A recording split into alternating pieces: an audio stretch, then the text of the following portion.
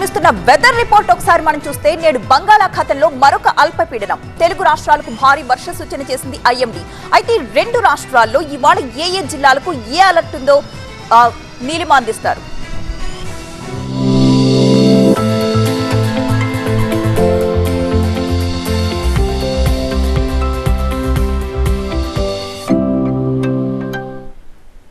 Welcome to TV nine weather report. ముందుగా AP విషయానికి వద్దాం. ఏపీలో ఈ రోజు వర్షాలు ఏ విధంగా ఉండబోతున్నాయో వాతావరణ శాఖ ఏం చెప్పిందో ఒకసారి చూద్దాం. పశ్చిమ బంగాళాఖాతంలో మరొక అల్పపీడనం, నేడు బంగాళాఖాతంలో అల్పపీడనం ఏర్పడనుంది.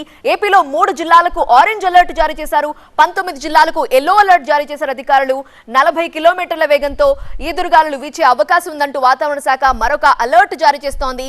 ఆంధ్రప్రదేశ్ లో 3 జిల్లాలకు ఆరెంజ్ అలర్ట్, 19 జిల్లాలకు ఎల్లో అలర్ట్ జారీ అయింది. ఎన్టీఆర్, ఏలూరు, పల్నాడు జిల్లాల్లో భారీ వర్షాలు కురుస్తాయని, అల్లూరి, అనకాపల్లి, విశాఖ, కాకినాడ, ఉభయ గోదావరి జిల్లాల్లో వర్షాలు పడే అవకాశం ఉందని చెప్తున్నారు.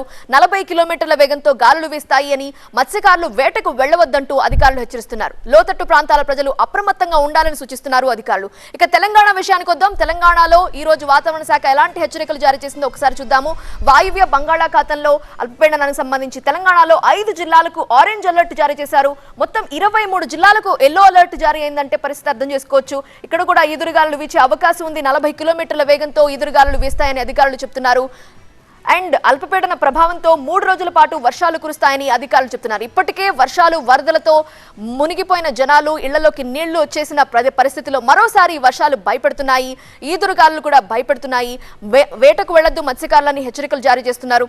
అల్పపీడన ప్రభావంతో 3 రోజుల పాటు వర్షాలు కురిసే అవకాశం ఉందని వాతావరణ కేంద్రం చెప్పింది. ఇది ఏపీ అండ్ తెలంగాణకి వాతావరణ కేంద్రం ఇచ్చిన హెచ్చరికలు.